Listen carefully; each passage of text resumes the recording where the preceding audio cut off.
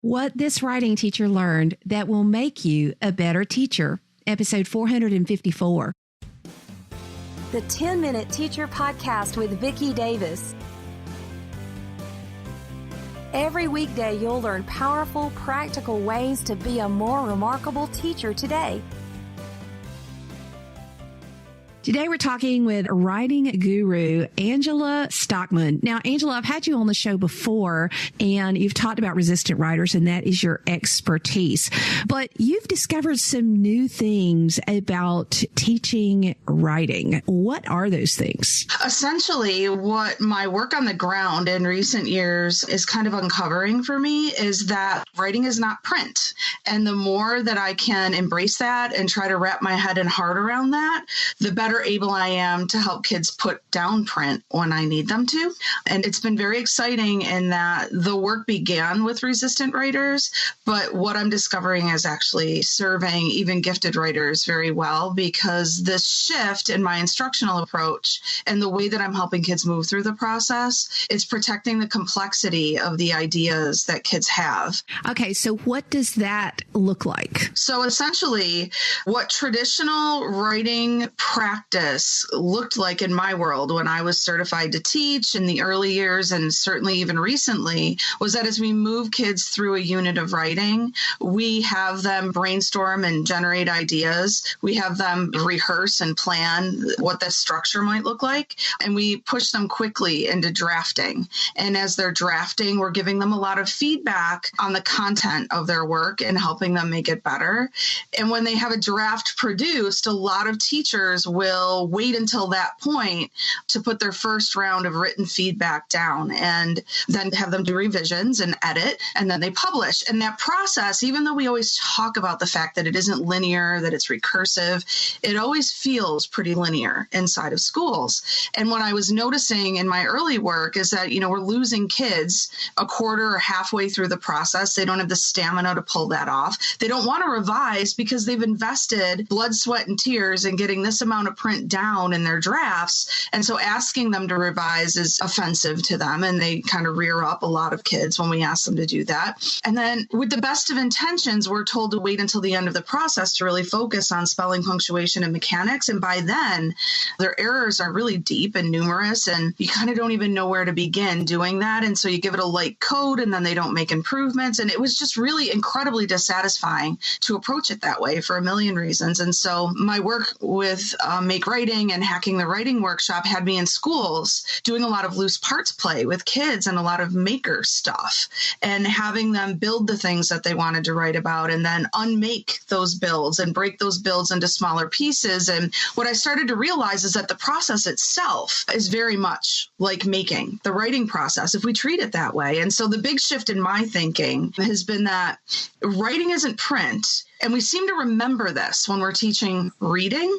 Writing is structure plus meaning plus print. And if we kind of approach the process in that order, I'm finding that it is transforming not only levels of engagement, which are through the roof usually, but the quality of the work that kids are producing is much better as well. So help us understand, compared to the traditional process that we all know way too well, because helping kids understand that things have to be revised is so hard. And, I always tell them that, well, I have to revise, and I've been blogging for many years, and I have to revise. It always gets better when we revise. So what does it look like, as you say, boots on the ground? So instead of putting pencils, pens, or keyboards in front of them at first, I put the blocks of the form that we're about to work with. So if we're going to be writing, for example, small moment stories, I might say this has 3 blocks, just like a build. There are 3 pieces to this that we're going to snap together. The first piece is characters and setting. The second piece is one small moment that really mattered between these characters. And the last is, how did that small moment change the way you thought or the way that you felt? Build me those 3 blocks using loose parts, and they dive in.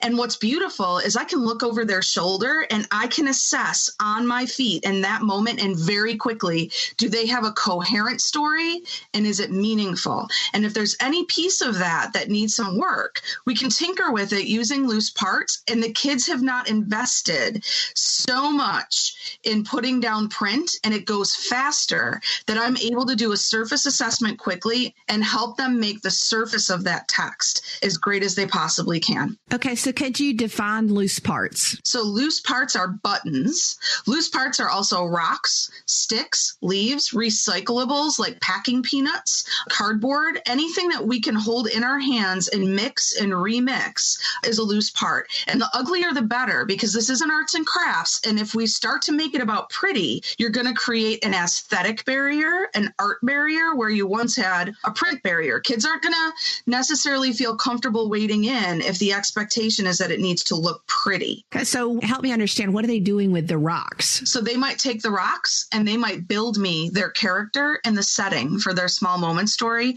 using those rocks, and having kids explain orally or by making a list or by labeling the intentions behind that build.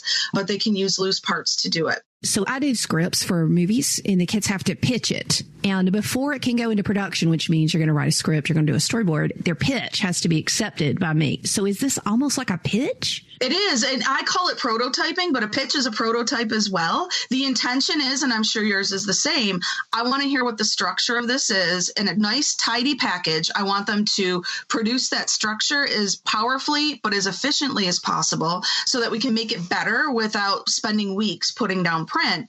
And I want to make sure that the meaning is there. And if the meaning isn't there, it has to be delivered in a succinct way and in a tidy way so that we can tinker with it without completely undoing a really complex draft. So this is like ideation. You're agreeing on the idea. You've got everything. In some ways, it's outlining without words. Yes, absolutely. Okay. So as you assess the kids and their prototype, how are you keeping up with this and giving them feedback and that sort of thing? Your learning targets are your best friend. So on the first day of any new unit, I'm having them build out rapidly. We're doing rapid building around the beginning, middle, and end of whatever the piece is. And in my example for small moment, of course, was character setting, small moment, how it changed you. Once I know that they have that hanging together in a coherent and meaningful way, I have them focus just on the characters and the setting. Let's zoom in and focus on that build. And I will teach a mini lesson that is very targeted around how to craft that character and that setting in a way that is really powerful. If I know what my learning target is, then as they're building that character and setting, I'm looking over their shoulder and I'm giving them 60 seconds at most, warm feedback, validation, and criteria specific. I'm giving them and offering them a question that will push their thinking, but that has to be aligned to my learning target, not something else that's distracted me about that build. And they will elevate the quality of that build and add even more detail to it in order to make it better. And I try to hit every single kid in the room. I also am a big fan of documentation. So usually I keep my learning target written and I'm documenting the degree to which each child has met my target and some thoughts about things that they're doing that were unexpected or what I might want to teach differently tomorrow. But I find that if we take it one small bit at a time, if the lesson is targeted, if my feedback and their builds are targeted, it elevates that one small bit before we start shifting and we use that build and we start labeling the build with print and then using those labels and our written ideas to start drafting out the passage that would live with that particular part of the build. So I take it that the writing revision process may be shorter. I mean, when do we start really focusing on grammar and all those sorts of things? Some kids can go right to sentence writing and passage writing, paragraph writing, and that's great. But for kids who can't, we start by labeling the different parts of that build. And if they're English language learners, they're labeling in their home language. And then we can translate and they can start to use those labels to write sentences and then paragraphs and then a passage. Once they've completed that for just the beginning, I will look at just the beginning of their pieces and decide what spelling, punctuation, mechanics, or usage lesson am I going to teach.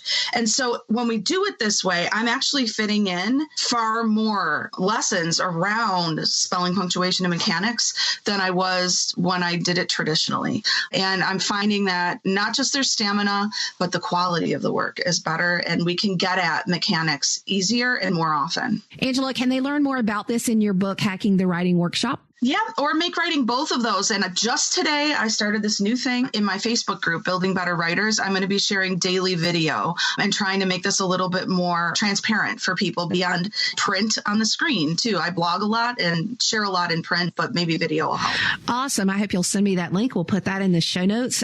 This is what I love, Angela, that you're not just writing, you're testing it in the classroom, and your own belief in how we teach is sort of evolving and progressing. So thank you, Angela. And I hope that we'll all try this prototyping building block method of writing and share with Angela or join her group and talk about what's happening. Thanks, Angela. Thank you, Vicki. Thanks for having me.